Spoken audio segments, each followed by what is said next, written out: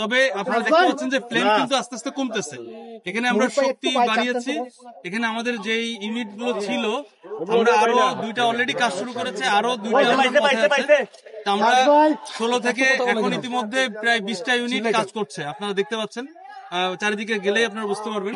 তো এদিকে যে 4টা ইউনিট এক্সট্রা কাজ করছে বিধায় আপনারা দেখেন যে ফ্লেমটা কিন্তু কমতেছে।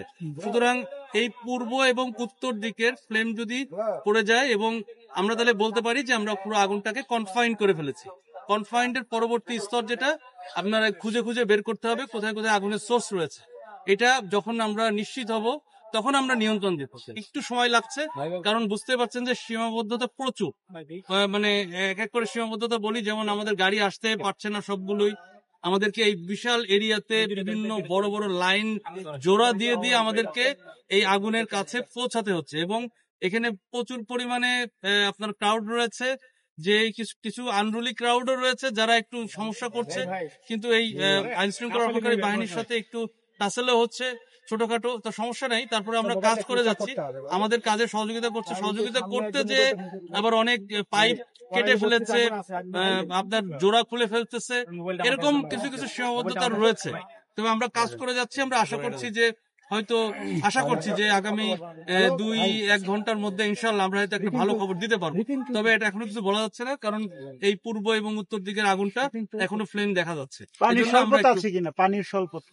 স্বল্পতা নেই, কিন্তু সমস্যা হচ্ছে যে চারিদিকে হয়তো পানি আছে, কিন্তু পানিটা নির্দিষ্ট যে সোর্স আগুন যেখানে জ্বলছে অথবা যেখানে লিঙ্ক আপ হচ্ছে আগুনটা, সেই আগুনে পৌঁছাতে একটু সময় লাগছে। আচ্ছা, আগুন নিয়ন্ত্রণে আনতে প্রধান চ্যালেঞ্জটা মূলত কি ছিল? মানে 4 ঘন্টা 4.5 ঘন্টা হয়ে গেল।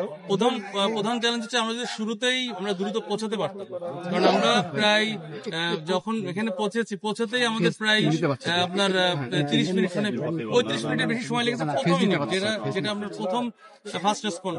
তারপরে একে একে ইউনিট গুলো আসতে আরো সময় লেগেছে, এবং সবাই যে ক্রাউড এবং যে পরিমাণ গাড়ি টাড়ি ছিল আশেপাশে, আমাদের বড় বড় গাড়িগুলো একেবারেই কাছে পৌঁছাতে পারেনি। এই কারণে শুরুতে আগুনটা আপনার হচ্ছে আমরা এসে দেখেছি প্রায় ডেভেলপ স্টেজে চলে আসছে। তা যখন আগুনের স্তর 3য় স্তরে চলে আসে, তখন আমাদের আগুনটা একটু মানে আমাদেরকে নিয়ন্ত্রণ করতে একটু সময় লাগে। আমি ডাইরেক্টর অপারেশন ফায়ার সার্ভিস এবং সিভিল ডিফেন্স। আরো 1 ঘন্টা সময় লাগবে। না, আমি বলেছি যে 2 থেকে 1 ঘন্টা, মানে 2 ঘন্টাও লাগতে পারে, 1 ঘন্টাও লাগতে পারে। আশা করছি, কারণ 3টা দিক যেহেতু আমরা আগুনটাকে কনফাইন করতে পেরেছি, এখন শুধু একটা দিক বাকি আছে। আশা করছি যে এদিকে শক্তি বাড়িয়ে আমরা আগুনটাকে আগামী 1 থেকে 2 ঘন্টার মধ্যে আশা করছি যে সম্ভব হবে। এর আগেও বহুবার এই বস্তিটাতে আগুন লাগছে, আপনারা নিয়ন্ত্রণে